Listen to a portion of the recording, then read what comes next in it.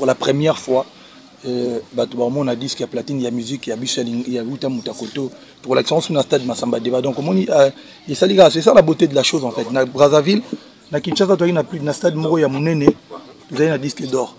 Parce qu'on a Massamba Débat, stade qui toque, il y a Mouké, c'est surtout un disque de platine. Ngai, va m'aramona croyant, on a un stade de martyrs, Batouanding et Nanding Baya. Oh non, Balobi, comme c'est que tu Balobi. Moi, je suis positif dans ma tête et je sais que les lots.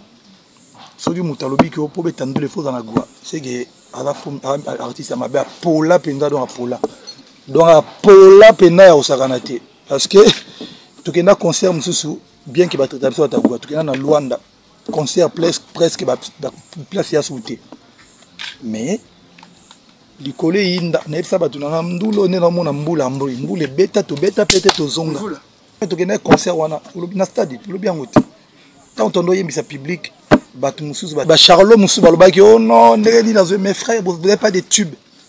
Moi, je vais yembeate. Sauf dans la tube au tchèb, partout, à tout quel concert à Mindele, partout, sans la tube au tchèb. C'est ce qui va se passer dans Massamba Débat. Tant on regarde au tchèb, fort. Moutuma comment un message, il y a capacité, il y a eu arena, il y a non, 15 000 places, tout ça. Tu sais, aujourd'hui, Moutoutou, excusez-moi, le lobe Nabolinga, le bâti, son lobité, Babazo le bâti.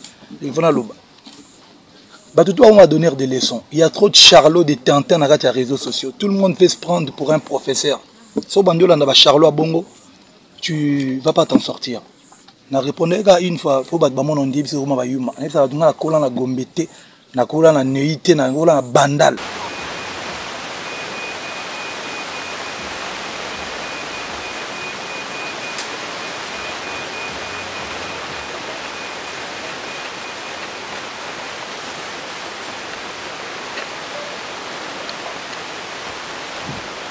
Ici un gabé depuis dimanche. Autour de lui, le producteur de l'événement, VV Prime, représenté par Charlemagne Mayassi. Et juste à côté, Idi Badiata, le responsable du marketing de Fali Poupa. Autour de l'artiste et Idi Badiata et Charlemagne Mayassi, les annonceurs qui accompagnent cet événement, vous avez RTL, NCA, vous avez Classe, vous avez Style, vous avez au bout de la table, le représentant de Cécile Bengabé qui nous reçoit pour cette conférence de presse, mais aussi, on va dire, pour les maquis avant concert, si on peut dire ça comme ça, de Fali Poupa. Voilà, face à vous, Fali Poupa, la presse congolaise, la presse d'ailleurs, parce que ici, on réunit pas seulement la presse du Congo-Brazzaville, mais également les amis qui se sont déplacés de Kinshasa et d'ailleurs pour pouvoir échanger avec vous quelques jours avant ce concert qu'on vient attendu.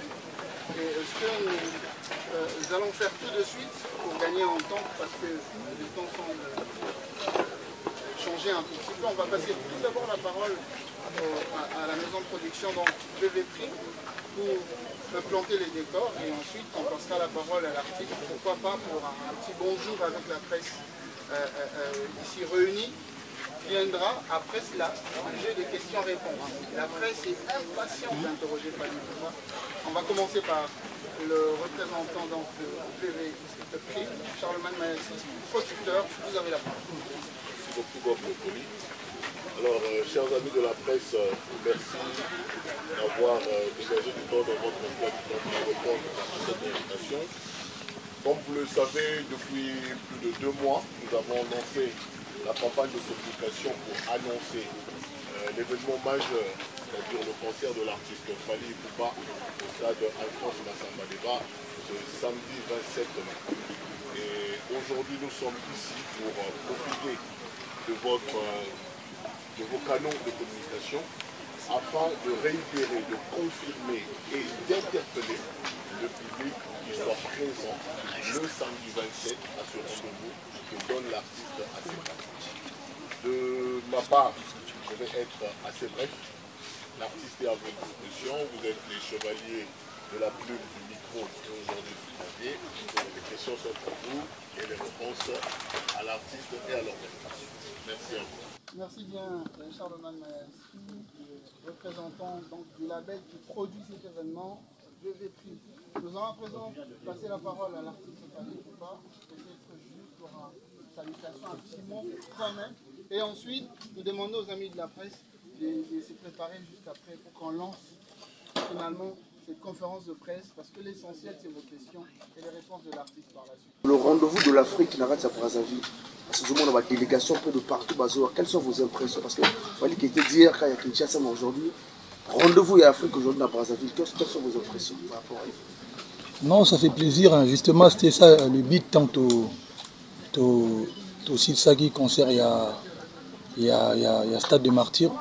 L'idée c'est que tout ce qui sera fait toi na Kinte quoi. Donc il faut attaquer tout de suite la ville la plus proche, Brazzaville. Et puis après, je crois que tu as Bambo comme ça soit. Et on a l'idée de partager. C'est vrai que Brazzaville de l'autre côté. Et je m'étais dit, bon, il était important quand même, tout y a à Brazzaville, tout ça la paix, à peu près la même chose dans Brazzaville, quoi. Oui, ça l'a bien. Donc je suis très très content.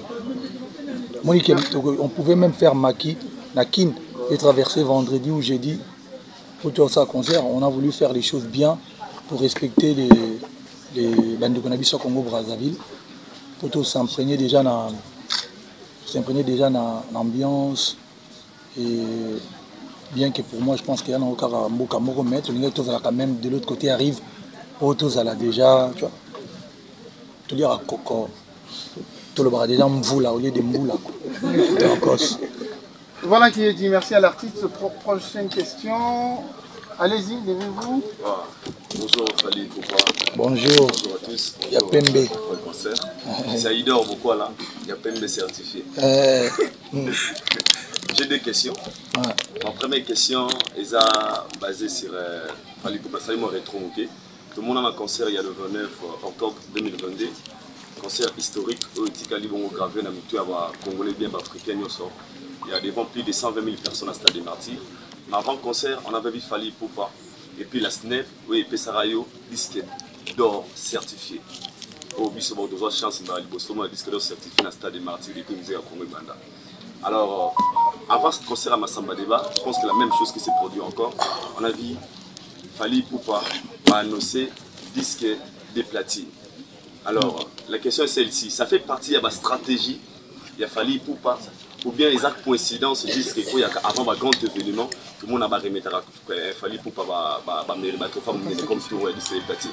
C'est la première question. Question à l'Ivoso. Il y a mis balé. Il y a mis balé. Ma question est basée pour mettre en avant. D'abord, on a cette Congratulations Festival. Félicitations à vous. Merci. On a fait Réto sur la bonne à Katia Afrique. On avait vu dernièrement à Katia Le Flamme. On a remettre qui est au trophée parce que vous êtes de true legend, il faut qu'elle se date.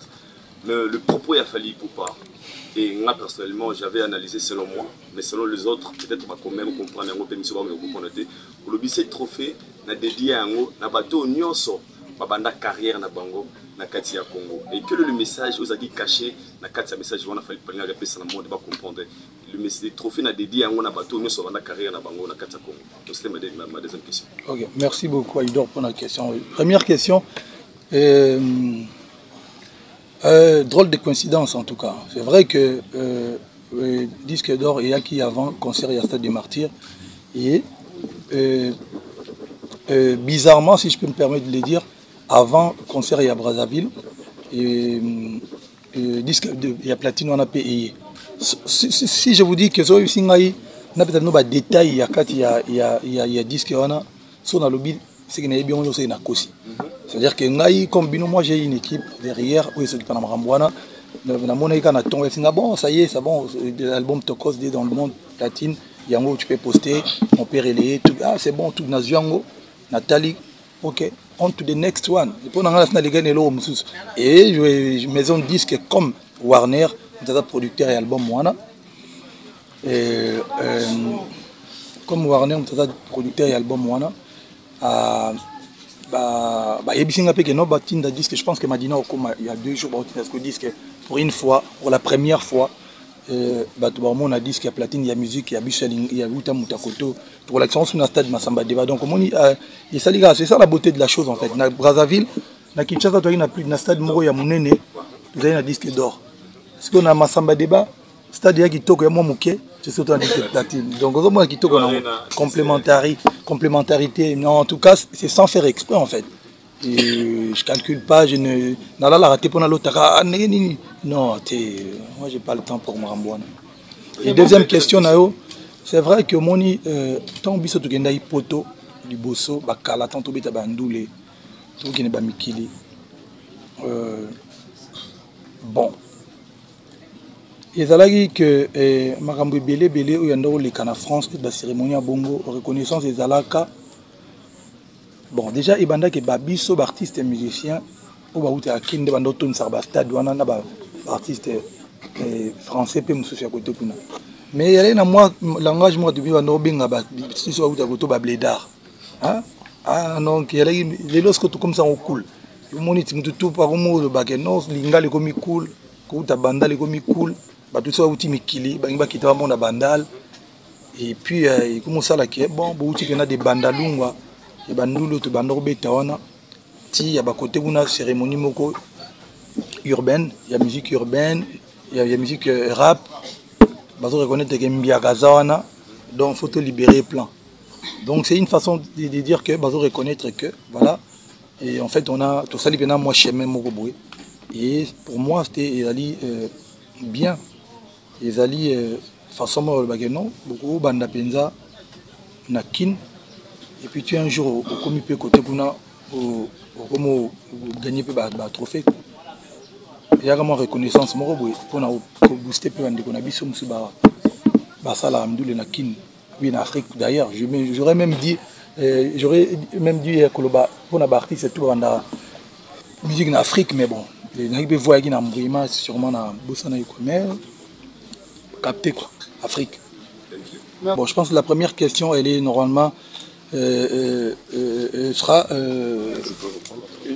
Je laisserai aux organisateurs de répondre, car moi je suis juste un artiste qui va se produire et si je dois juste répondre un tout petit peu, je dirais, je ne viens pas au stade Massamba Débat pour qu'il y ait des morts. Non, loin de moi cette idée. Je pense que voilà, c'est tragique quand un artiste fait des concerts, ou même pas un artiste, quand il y a des cérémonies, il y a des événements, et puis il y a des morts, c'est vraiment tragique. Donc voilà, c'est indépendamment de notre volonté. Et comme je l'avais dit déjà, en novembre, je pense, juste après le concert, si c'est vrai, c'est vraiment tragique. Et je laisserai la place aux organisateurs pour répondre à la première question. Et laisse-moi juste répondre à la deuxième question. En fait, aujourd'hui... c'est vrai, moi je passe pas mon temps que sur les réseaux pour regarder tout ce qui se passe sur les réseaux. Sinon, on m'a rapporté quelques grandes lignes de l'histoire. Je trouve ça dommage et déplorable d'ailleurs qu'on ait ces genres de discours séparatistes en fait. Tu vois, le Congo-Brazzaville, Congo-Kinshasa, pour moi c'est un même peuple. On ne doit pas avoir ces genres des réflexions. Limite, si une personne tient ce genre de propos, on doit vraiment être très très prudent. Parce que vous savez, ça c'est des discours qui peuvent encore nous ramener dans des histoires qu'on ne veut même plus que ça se reproduise. Moi je suis un artiste musicien panafricain. Je suis artiste congolais, mais je fais des chansons pour des gens d'ici, j'ai des amis ici, j'ai une maison à Brazzaville, j'ai une maison à Pointe-Noire, tu vois. Donc, je pense que on chante en lingala, les artistes congolais de Brazza, j'ai des artistes que j'apprécie, j'ai des amis, voilà. Je pense que c'est une grosse bêtise, quoi. On doit vraiment... la photo télé, et heureusement d'ailleurs que c'est une minorité, moi, il n'y a pas de problème. Merci beaucoup, on va passer la parole au producteur pour répondre sur la première question. Merci beaucoup Paul pour ta question. Alors ce qu'il faut dire... non, je rectifie. Mes enfants ont une maison à Brazzaville. Et ma mère, quoi. Il faut savoir que nous travaillons avec les services de l'État. Okay? Nous sommes organisateurs, mais nous avons des obligations de travailler avec les services d'État. Donc à l'instant où je reparle, et je vous donne même rendez-vous demain 12h au stade Massamba Débat pour ceux qui auront le temps, Nous serons là-bas avec le commandement des forces publiques, police, gendarmerie, sapeurs-pompiers, pour justement faire la simulation des flux entrée et sortie. Donc comme on a dit, c'est le rendez-vous pour une célébration. Nous avons pris toutes les dispositions, comme il se fait toujours au stade Massamba Débat, afin que la fête soit belle, que tout le monde vienne participer et qu'à la fin de l'événement, tout le monde puisse rentrer chez lui avec en mémoire d'avoir assisté au spectacle de Fally Ipupa. Problème ni na célébrité, il y a beaucoup de Congo et Afrique. Vous en avez quoi? On a un. Deuxième question, Fally Ipupa a bakate à chanteur, il y a beaucoup de Congo Kinshasa. Et Afrique, tout va y mais le stade de Martyr, les gars qui trop, que la mission, il y a Aigle, il y a espace. Est-ce que la Massamba Débat, il y a espace cette fois-ci? Parce que malgré les bakata chanteur, Fally Ipupa au Azali, mais Azali, on a yembi à danger, on a télé, on a polo yang. Tout le monde a monté. Et puis, on a Brazzaville, l'artiste Nini, on va accompagner pour cette rendez-vous. Pour Charles Man Mayasi, on a besoin de sécurité et ça va bien quand on trouve le bas. Parce que nous devons bien mettre en place. La stade de tout le monde, l'Afrique, et dans la prochaine fin de citation. Merci. Ok, merci. Question Liboso. Je pense que ça, on a bien qu'il y a moins version courte. Et secret, il y a succès. On a moins longévité, on a moulaï. Non, c'est le travail. Hein. C'est le travail. Et puis, qu'on a concentré sur Moussala Nao. Moi, biso, tout le monde a focus na boulot. Et puis, na mutu na un peu stratège. N'a bien quoi. Pour biso na Congo, c'est une stratégie. Comme on dirait, non. Ça dit faut une marketing stratégie. Et je conçois la majeure partie de Bilo et Bilo ngamo la sala. La différence entre moi et les autres personnes. Si on a assisté concert, notre petit concert 22h au minuit. Batumsu bakenda la boîte, to baké kolala. Mais moi je reste avec l'équipe Nanga, on fait le montage. Sauf aussi c'est montage, tac, on valide et puis on poste. Je travaille, et donc je me donne pour la Moussala Nanga pour la Coupe Nanga. Donc succès dans la magie, témoigne vraiment beaucoup de bambou tout le balelo. So moni batubon bazali parce que c'est trop facile hein. Oui babanganga batu tout ba yebisi toko la batu ba catcher bana batu tout ba bisika banganga bala. Mais au monde qui batu bana succès ndenge moté. C'est trop facile ba faible ba kosi la batu ka bana gwa parce que moi bo justifier échec na bino yaté. Si on dit sanga so ineti o koselinga na gwaté. Pour le bani. De fond mon mino sondeni yazabu ate ana gwate. Version courte ya Batama. Parce que sinon version il faut expliquer non moni Johanna tant on ça la visionnaire c'est qui droit chemin en 2006 biso no bango on a orchestre tant le baïke veste à moindre ya cuir na moi na ba 14 hommes à podium té jeans c'est anglais tout non moni azaneti et taureau tant on le baké non faut collaboration à tout le monde aventurier tant on le baké et il faut truc donc les akaka vision na la concentrer dans Moussala na yo. Et je peux vous confirmer les lois batunanga kuna na bango bayebi. Ngai ba makamwa na croya na utavana beta stade de martyr bato ndenge na ndenge ba ya. Oh non, balobi comme c'est beta te balobi. Moi je suis positif dans ma tête et puis na dans tout makasi et je ne vois et je sais que les lots so du mutalobi que po beta ndule fo dans la gua. C'est que à la fond artiste ma ba pola penda dans pola.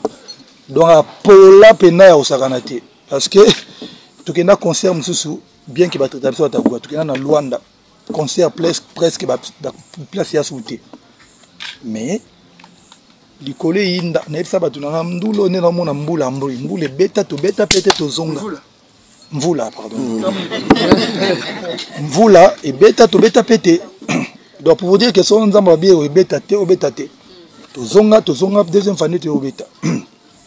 Pour vous dire que moi je ne crois pas à Babylone, on a Babylone faible. Tu dois ba grand esprit, tu vois ba no côté na moi l'épinière ou ta détermination. Mon ni borot, ba te beli ba sala ba spécula comme des idiots. Ozomona. Il y a blessure. Bobi nazoka quand à une semaine à concert à Stade des Martyrs. Donc on a mata podium bien libo ko vimba na ba plus de 24 points de suture. No ko na mata na podium.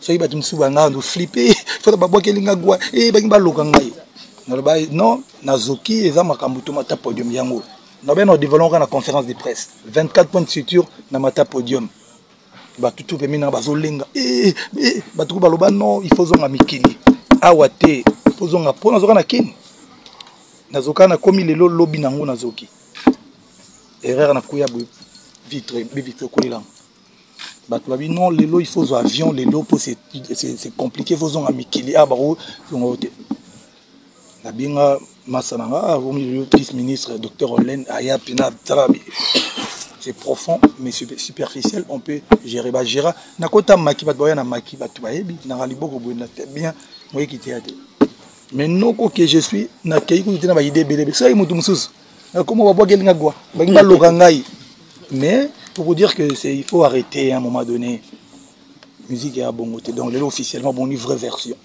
voilà deuxième question na ezala qui a question de sécurité il y a yet non espace au moi je ne pas qu'il n'a l'artiste espace il faut pas vouloir une chose et son contraire moi j'ai toujours dit, moi, et ça a un plaisir. Moi, j'ai eu la flamme, je venais d'arriver, j'étais grippé, vous et Kenda, et tout ça, ce qu'on a récupéré.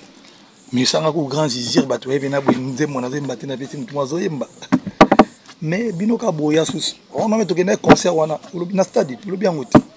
Quand on a mis ça public, Charlot, oh non, vous expliquez à l'homme, on a une route. Vous avez une conférence une fois par an, on a tiré, vite fait, on passe à autre chose. Charlot Moussou Balobaki, oh non, mes frères, vous n'avez pas de tubes. Moi, je vais vous sauf dans la tube au tchèb, partout, à Tokyo, à concert à Mindele, partout, on a des tubes au tchèb. C'est ce qui va se passer dans ma samba débat. Tant on a au tchèb, fort. Non, on peut vous comprendre. Donc, il y a réponse avec grand plaisir. Et puis, bateau et baza, au bazananga. Bien sûr que officiellement le bayemba mingi. On est lancé plateforme. Voilà. On ne reviendra plus sur la Non, je voulais préciser une chose, bis repetita. La répétition est la mère des sciences. Voilà. Je vous donne encore rendez-vous demain au stade Massamba Débat pour la simulation pour la sécurité avec la police, la gendarmerie, les sapeurs-pompiers. Mais nous avons aussi pris des services de sécurité. Il y aura plus de 500 agents de sécurité déployés avec Security Guard et BIBS Sécurité. Donc, vous êtes les yeux et les oreilles du public. Venez constater et transmettez qu'il n'y aura aucun incident, il n'y aura aucun souci et que la fête sera belle. Merci. Après ces précisions, je vais demander à nos amis de ne plus revenir sur les aspects sécuritaires. Gagnons le temps et c'est Dorcas normalement qui a la parole. Bonjour. Bonjour. Bonsoir. Bonjour. Je suis Dorcas, la fille du Buzz. La fille du Buzz. Moi c'est Buzz. Présentatrice de l'émission chez Dorcas du Buzz sur la DRTV internationale. Ok, ma première question est celle-ci. Pourquoi Aigle? Est-ce qu'il y a des fans qui ont Aigle? Version courte, des fans qui ont et puis d'accord. Deuxième question. Vous préparez ce concert avec quel état d'esprit? Netina film. Expliquez-moi ça, expliquez-moi ça, on fallait pour pas. Non, préparer le concert, il y a Massa, il y a Congo Brazza Massamba Débat. Ouais. Les Congolais, balingi ndouli. Pobiso betani catch. Balingi ndouli. Mais on se prépare avec quel état d'esprit? Non.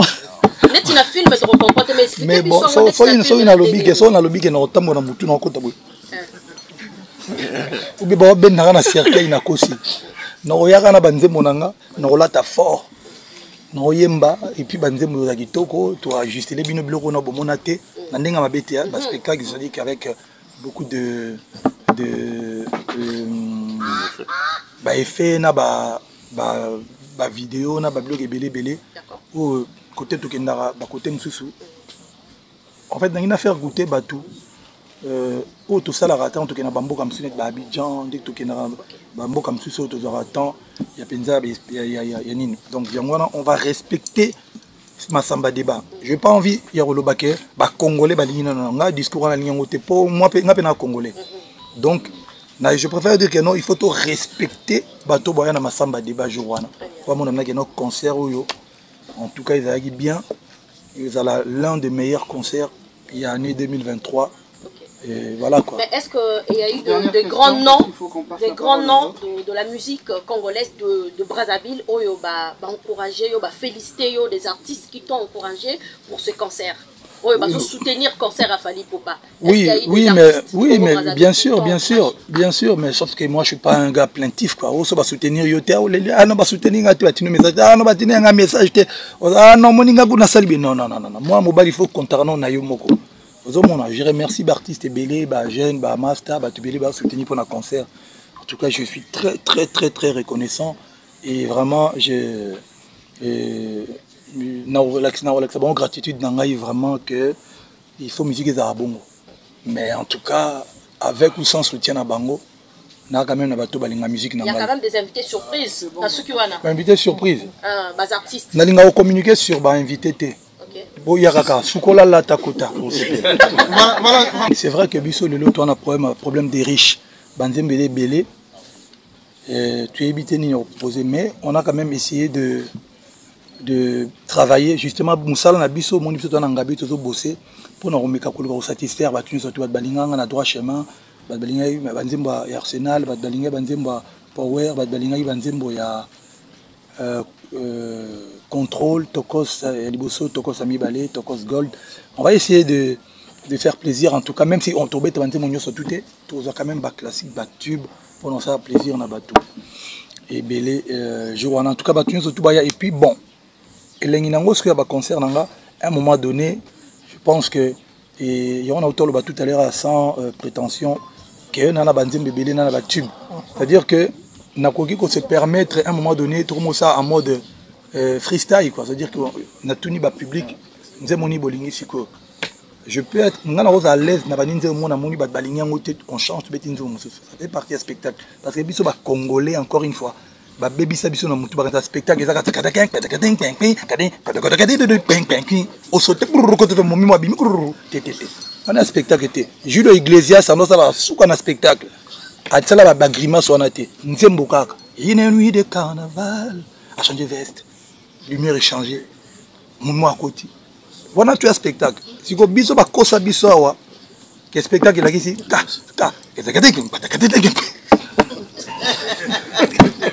si ko ngana longo la makambo wana ya nzembo na oyemba chebu ba ganga na stade on a dit veste bon actualité le lieu à U Arena moninga so lalika pongo la actualité changé actualité le lieu comme U Arena donc yoga kala U Arena na masamba de et comme au kala makas bonjour Alexis Wacha et Alexis Wechi Atrouvasoli Aigle bonjour au nom de tous les warriors et de tous les mélomanes de la bonne musique je vous dis félicitations pour le disque de platine. Ce qu'on a attendu pendant 60 ans, mais aujourd'hui, tu nous as donné ça. L'aigle. Fally Ipupa.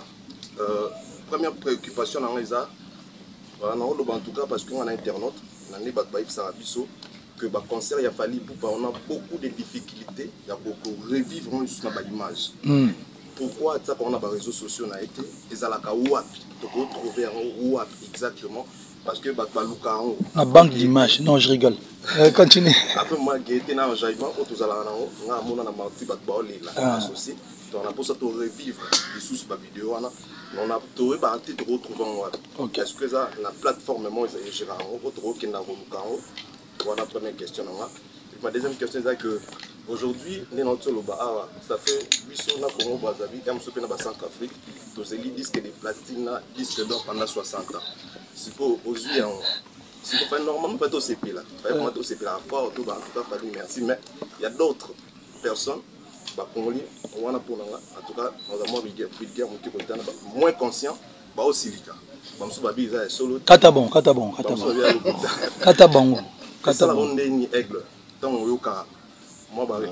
Italinga route. Webiso na baye mutuma koma message botango ya capacité ya U Arena non d'autres 15 000 places tout ça. Tu sais aujourd'hui mututu excusez-moi le lob na bolinga na lobati so na lobité ba bazo lobati. Il faut na loba. Batutu on va donner des leçons. Il y a trop de charlots de Tintin na les réseaux sociaux. Tout le monde fait se prendre pour un professeur. So bandola na ba charlot à bongo, tu vas pas t'en sortir. na répondre ka une fois pour battre mon on dit c'est comment va yuma et ça va kola na gombete na kola na neite na kola na bandal dit somme na loba na robeta mbanga bandal le tilobi mais je me dis na mona muto répondre parce que bato tout balobana excusez-moi na terme na mona mam na bango ya na sens té na répondre ka vite fait muto maloba une capacité en fait moi je fais capacité à mon nez parce que bana même so robeta ba dit 32 000 places muto so robeta dit 20 000 places na robeta 40 ou combien de places. On a recadré Moutoumouké Bongo. Mais pour te dire une chose, si on a répondu à message, si on a trop, il y a le roi Moutou, il repère de confiance en soi. C'est-à-dire, si on a pas Moutou, à l'été, on a vie à Moutou, à l'été. Il y a un mazoba. Donc, si on a le rôle de vie à Moutou, à l'été. Donc, ça, c'est ça. Je ne fais pas ma musique, Dieu merci. Atabatou bazananga na consulta tant na imba mon album nanga rumba tant na bet album mo batube ba nous a surpris même bango il dit badiata qui est témoin à ma gauche en d'autres ah est-ce que album mo venir au danger pour nous mondio sale mbang parce que en fait tant na kata studio bat bakota raté bato ba bakota ya ka ba musicien ba participer ba musicien belé ba beti na album moyo net soliste tam so ya to fungoli ka kota solo tout do a beti mais sans yo kama nazo imba. Il faut rumba sur nos albums rumba mystère moko na ninga faute parce que na za concentrer ngana ingénieur tamsu Alex produisa ki ou bien Simon na produisa ki ou bien Tyson nga beta guitare ou bien Gino il a que to vani mo ba shimbo mo ba bo ki va na studio boye porte donc il a qui si que mutu faut la oye ba iloko lingi tant album e bimi na biseki ba tout cœur bokanga album na ngeza la meilleure il y a album rumba aussi de na mboka lelo je pense que donc mon père a raison. Na loba ki mon émission ya Popol Mupasula na loba ki ngo lelo bozo mon album yombo mon mambo sala donc il a dit que mutu faut en confiance na yomoko ba perdre yote parce que doit peut avoir commentaire ngai so beti na pali mutu ba finga wulika fali azate même frère donc pour les concerts pour un concert place to bomba ba image justement na ngana yo je ne nanga mona okoka ko mi suivre été. C'est-à-dire qu'en fait les temps to to bimisa concert à stade et là au mois sigoya. Les temps to miselo wana sigelo msa sigoya. Les temps to miselo mois sigoya. Mais non pour mettre que documentaire mezo ya pour na vie nanga retracer vie nanga et puis filmer mon pezo ya. Wana ndebo il faut que tout le monde et puis moi j'ai comme faire comme tout le monde quoi. C'est-à-dire j'aime pas être un suiveur parce que je me peut-être concert moi ça la tagi pem non tete ngai ba système on a la ndarabatwana.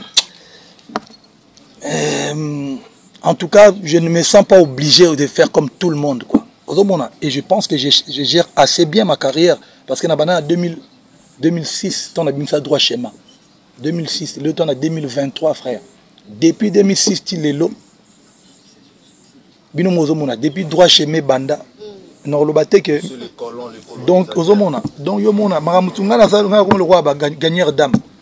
So na lobaki bandeli to melaka mai batu tout ba boyo ba mai bango tout le monde mela mai so na lobaki ke batu photo la ta rouge batu tout ba boyo mela ta rouge lelo ba mo la ta rouge ozo mona donc nanga mona zo comprendre tu dis dans yo tu fais dans la plan. Merci beaucoup, on va évoluer. Comment mutaro boya romela mai na 2006 mais na 2023 a romela bosani ke a boya romela mai na 2026. Est-ce que Fally a contacté Bango ou Fally a ça comme ça là. Ma deuxième question, est-ce que Fally peut apprendre ça la nouvelle génération, les jeunes talents, les Congo Brazzaville, un jour pour ça la fit, featuring au ça la jeune il y a pas pays. Merci pour les questions. Question liboso contacter on a ndeni ko senga permission ndeni ninga beta chebino. Na sens que grand mon frère, on a zo bola mboka, voilà. Obi ko question polémique. Bon autant Beyoncé est dans le stade de France samedi. Est-ce qu'il y a une permission en France pour Betaguna? Permission, au moins information, toi, invitation. Ah, invitation, bon ici, invitation, bon ici. Oui, déjà, je pense que Bisotou n'est pas artiste et musicien. Et Mbokao, moi j'ai toujours dit, le but dans ça, notre côté de Olia. Donc, na kati penza ya y a confiance dans ngai na ko mo bondire. On dirait ça fait plus de bamboule belé que Congo Brazzaville me fournir pour ne pas dire Afrique parce que bambo comme ça aussi dikelanga Congo Kinshasa ba danse. Oui pourquoi le bagian parce que ngana donc biso pena to pena donc ba gotre te mamba danse. Na o timbe la que sera vi na biso Jacques Koyo déjà Engonza et uta ko to. Sérieux en Engonza. C'est nobina et puis bon on a Engonza ba mo le ba pecha le ba zongi pour revisiter kaka. Ya no ga Engonza. Et puis Boropé et Uta Kotot. Boro. Et mon patch était. On va présenter. Boro, on a pas bon. Et on a commandé la zone organe. Et puis, bon, Chocha, Maman Nzambe, Katapindi, Chocha, et Uta Pekoto. Et puis tout le monde a le lodon, mon patch, on a eu ça. Et comme ça, mon patch, nation officiellement. C'est pour te dire que. J'ai un grand respect pour notre talent. J'ai même un artiste signé à Boogie Black. Pour moi, c'est l'un des meilleurs rappeurs. Il y a 2 Congos. Dans le BTK Congo Kinshasa. Parce que c'est un gars qui produit un beatmaker. Et puis, donc, non, pour te dire que voilà, je fais déjà de collaborer avec lui. Mais, nana ba artiste belé, Roga, c'est un ami. Il a un concert hier. Tout à l'heure, et Tidiane Mario, donc, des fois, tu es Pagaille, na petchom ça c'est moi na na de la na. Comment on a dit moi ni? Mais ça succès na. Afara Chena. Na Balthazar petit na ye yo. Est-ce que abeta suédé na timbela petchwana. Abeta suédé revisité à la prêtre à noko à la vision. Vous comprenez? Donc il y a pas de problème, mais permission de nous senga bango tipo ta rangai. Non, non, on est ensemble. Bêta, parce que c'est la famille. Pour ça, on va bêta na Kinshasa. Bon, c'est la permission. Nous les attaques au côté. On a signé le discours moro. Il y a bien type na Ndoule. Il y a le col à l'autre comme ça, tout un bêta na Congo face à la permission. Non, je peux lancer une invitation sur nous t'attendre à temps. Mais encore une fois, on n'a pas de problème. Il faut tout le monde parce que ceux qui sont avant de la ville, avant de la ville, ils ont problème. Non, tout le temps africain, il faut que les pays de l'Afrique, comme le système, pour bloquer, ils ont bien pour la musique. Moi, je considère que Bisso na Congo Brazzaville, na Congo Kinshasa, tout ça, mboka moko. Donc vraiment, notre Bisso qui est à la les fans na mer bana babo awa na Brazza na Pointe Noire. Donc toi mboka moko donc il y a pas de problème et puis je l'ai dit les lots na lobaki en route Nicolas to le cas que ba artiste oyo ba bima lelo na Brazzaville bana niaki bana détermination au saranate il y a ko saranate et puis na ba projet na zaki na sexy petit na Tidiane après balingato on va petit parce que comme le mo va complexer on ko bien tout petit et biso bien ba vieux. Vous avez vieux, et vous avez vieux, non, le bien vieux, non. Donc, toi, bonjour à tous. Bonjour. Bonjour. Sur le compte de Fimbona Fimbo Valitambo officiel. Ah, ok. Là, t'es bête. En tout cas, merci. Nous avons un souci, une question. Souci, qui n'est pas organisateur. En tout cas, moi c'était sur la sécurité, mais vu expérience, ça on a des événements, on a ça l'événement stade de Marty, il y a Aigle. En tout cas, na monaki marambo na monaki. Le bel amant. Sécurité, nous sommes ça la marambo na la cane bandeli. Est-ce que shit il y a événement? Est-ce que bah quoi si on tina souka sortir à batuko bimana na iba créer vraiment bambrieme belé, bambrieme belé en tout cas bo beta na c'était côté wana. Ikono ngo marambo bandi kono so bazo tabo ko kichasa bazo benga makasi. Les organisateurs to producteurs na bicho bilawana azana liloba mo ya communication ko gérer bango vraiment pour biso tozo ba préoccupation ngazaka mo pandisa mais na la capacité à gérer makambo bongo te en tout cas net moko lobby vendredi na samedi na tongo wana il y aura plein de monde dans les on s'est présenté na bicho wana en tout cas les deux côtés na producteur à côté moké même lobby en tout cas Fally Ipupa question c'est une question patriotique pour un niveau vraiment naki na souci à comment on a une communauté na biso ils ont kabola vraiment bandeko na biso ba artiste ba kutu na biso ba idole na biso Fally Ipupa les tout le monde internet c'est belaki vraiment moto comment na combo na yo na combo ya leki na mettre Gims au pesi mbombo ya boy bino mbale botikala kolobate mais bato quand ne va pelisa moto wana nanga tout état de santé vraiment ya relation na bino mbale za ndenge ni état de santé relation en tout cas non mais il y a pas de problème on va laisser l'artiste répondre. Non, mais tout à l'heure que ngai mamuto les gars internet na calculer en côté ça surtout là na mamuto les gars internet pour s'en sortir donc il y a pas de problème et je n'ai jamais fait des déclarations et puis bon voilà quoi. Non problème attends moi que ça na côté. Le gars était beau dans me le poser. Producteur. Alors j'avais deux questions. La première question, j'ai déjà répondu. Rendez-vous demain au stade Massamba Débat, simulation sécurité. La shit. Boko, non, je répète encore. Je te rappelle. Voilà. Je te rappelle que c'est pas notre premier événement. On a organisé des événements grands, très grands, et c'est pas la première fois que nous produisons Fally Ipupa. Je te donne rendez-vous demain au stade Massamba Débat. Alors, pour la traversée, Yoza en retard parce que Yozo boulait vendredi et samedi. Mais le mouvement est bandaki depuis le début du mois. Brazzaville et Kinshasa, tu as un accord de libre circulation, on va bien à Cospeko. Donc, Bisso, tu as un pouvoir de le babo font la frontière. Mais tu comment qui n'a pas autorité, tu as bango que voilà événement où tu as préparé. Par rapport à ça, le flux est qu'aux allez belé pour faciliter traverser ya bateau. Au moment où je te parle, depuis le début du mois, la traversée entre Kinshasa et Brazza, qui est déjà ouverte et encore plus facilitée pour ceux qui viennent pour le concert. Et même pour ton information, il y a un point de vente, il y a billetterie, tous les jours, rupture de billets, parce que mon toazo 4 sazo l'accélération qui est des concerts. Donc pas de souci pour ce côté-là. Sachez qu'au début de cette conférence de presse, on est venu parler de Fally. Restez focus Fally. Si non, il profite pour glisser un peu de voilà. Vous avez la parole. Vas-y, on revient. Ok, donc la première question c'était mon objectif. Mais bien sûr, frère, quand je viens, c'est pour faire la musique d'abord. Et pour bien jouer, pour faire plaisir aux gens qui écoutent mes albums, mes chansons. C'est-à-dire que je suis obligé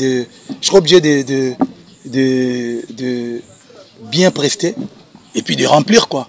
Moi je vais pas venir en mode non, na un stade parce que na na beta kaka. Sinon faut na beta na boîte. Tu na beta na terrain mobile. Ba terrain pèse à la radio. Ceux qui n'ont pas beta na stade mais à 20 000 places, il faut au moins aller à la moitié.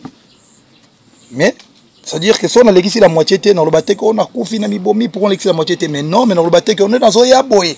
Na liga na beta na ngata 2 personnes. Sinon faut beta ba place les appropriés pour 2 personnes. Donc à un moment donné, tu vois, kosa les cas. Donc le roi dans un stade, il faut na le gars Massamba Débat capacité combien 33 000 places. Il faut na au moins 20 000 personnes bas à la rana. Au moins. Na roya to na beta stade Massamba Débat atana 500 personnes. Moi dans ces cas faut na beta na chez Vieux Mrobo à Tchenga Sal Netobiti. Donc mon objectif c'est d'abord prester, chanter toutes mes chansons, danser, faire plaisir à mes fanatiques et puis voir du monde quand même, hein, essayer de remplir ces stades, tu vois, le retournement, tu vois, hein, voilà. Et puis deuxième question, c'était quoi déjà ta deuxième question?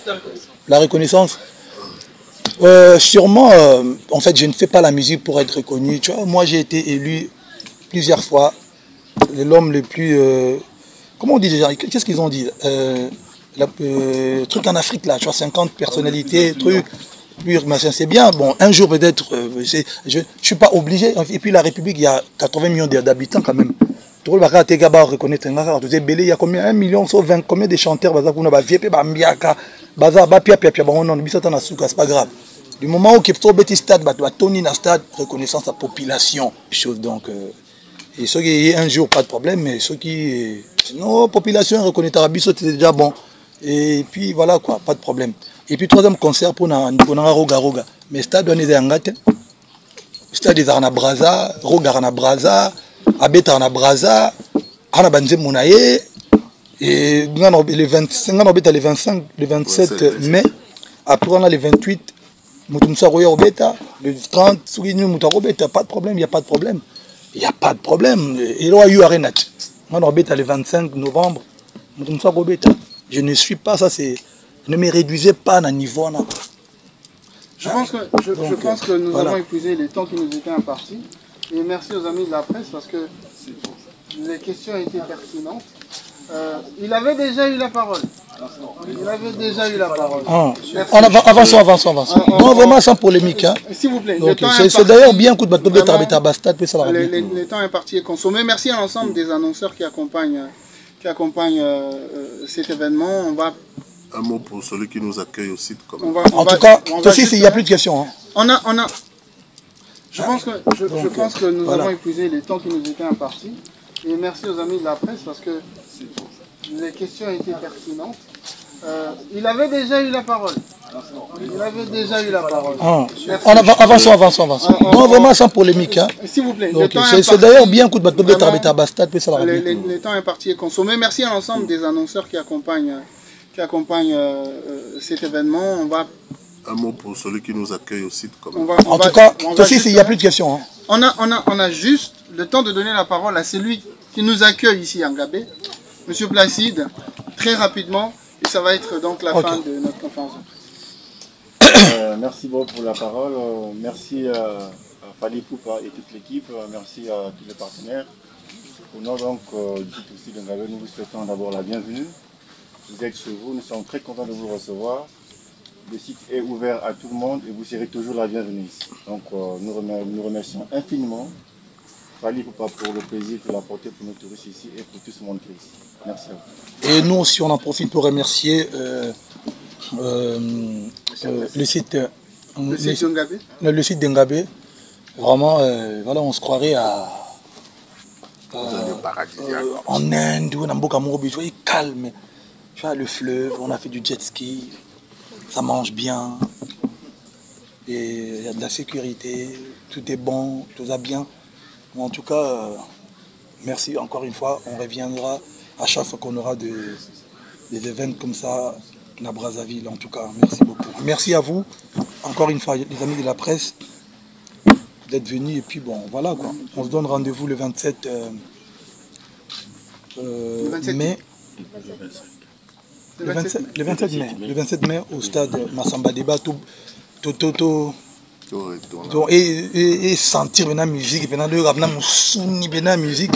et puis après on to the next one to Koutani to Brésil avant eu Arena Brésil et puis après eu Arena na Boukango sous du Tacos et puis voilà et puis moi c'est remercier les partenaires qui nous accompagnent dans ce projet. Sans eux on n'aurait pas réalisé. Je commence à dire merci à Rajek à travers leur marque Cristal qui nous accompagne et Reactor.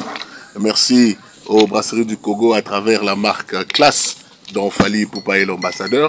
Merci aussi à notre assureur NCA, le groupe NCA qui nous accompagne présent à travers tout le continent. Merci à la société de téléphonie RTL qui nous accompagne. Et surtout, merci au public qui a porté cet événement qui sera présent samedi au stade Massamba Débat. Oui, avant, ouverture des portes 10h. Hein. Parce que vraiment, s'il vous plaît, venez, avant 10h, ça dépendra de vous en fait. Sauf que tout le monde que, bon, si tu as midi 13h, tu as dit concert. Il faut vraiment boire avant, pour aussi ça avant, puis ça la bien. En tout cas, merci à l'ensemble de la presse qui s'est déplacée de Brazzaville. Parce qu'il y aura une autre surprise le 28. Ah, très bien.